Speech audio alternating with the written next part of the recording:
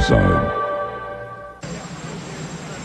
The scramble continues as President Bush and Governor Clinton chase Perot supporters, and their aides go on the attack. He's been the failed governor of a small state. The fact is that George Bush is a failed president. He's got the worst economic record since Herbert Hoover. From ABC News, World News Sunday, here's Forrest Sawyer. Good evening. Old-style presidential politics. Wait until Labor Day to campaign. The new style, don't even stop to catch your breath. Governor Clinton and Senator Gore have already logged 500 miles on their post-convention bus tour, riding a new wave of popularity all along the way. President Bush has countered by scheduling campaign stops in New Jersey, Pennsylvania, Ohio, and Missouri. What helped spur all this courtship frenzy is voters, millions of them, who lost their candidate when Ross Perot bowed out and may be out shopping for another one. Our first report, ABC's Chris Bury, with the boys on the bus. This afternoon, the Clinton caravan pulled into the steel mill town of Weirton, West Virginia. The new nominees tried to build a bandwagon of blue-collar voters, disaffected Democrats, and former fans of Ross Perot. There's a lady standing right there on the steps. On the way in, she said, "I was a Republican for Perot, and I'm going to vote for you and Al Gore." All along its tour, the Democratic Roadshow has strived to create an image of Perot followers flooding to Clinton, though their evidence is sketchy.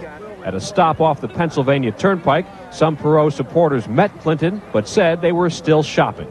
We were paying attention to Perot, and then when he dropped out, we were looking at him now. I was thinking about voting for Perot. Well, I wasn't considering Clinton very much. I may vote for Clinton now.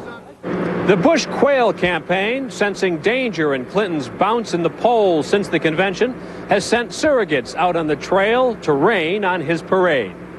Just as the buses reached Pittsburgh last night, Labor Secretary Lynn Martin was in town telling reporters Clinton and Gore were really liberals, repackaged in a conservative box. Beautifully wrapped, but when you get to that bottom little box, the core, it's empty. These people have had their chance. They can't run on their record. They can't run on their vision. All they can do is run us down.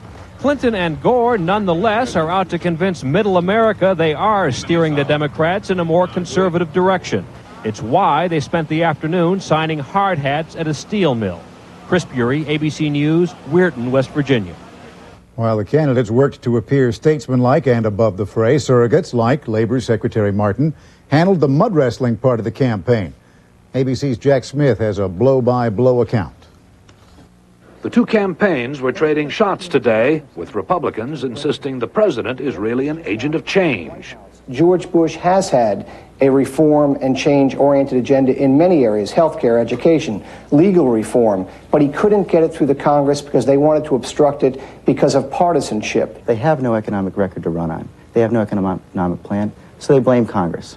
Blame, blame, blame. They have no economic plan of their own, so they lie about Mr. Clinton's. Other Clinton advisors said Perot supporters, angry about the recession, would turn to them, the Democrats. They'll beef us. For those that want the status quo, those that are satisfied, those that think that Washington is working fine, they got the candidate in George Bush.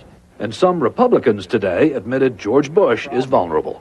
When people are out of work and unemployment's high and things aren't looking particularly good for people, they're going to be frustrated and take it out of the person on top, and that's President Bush.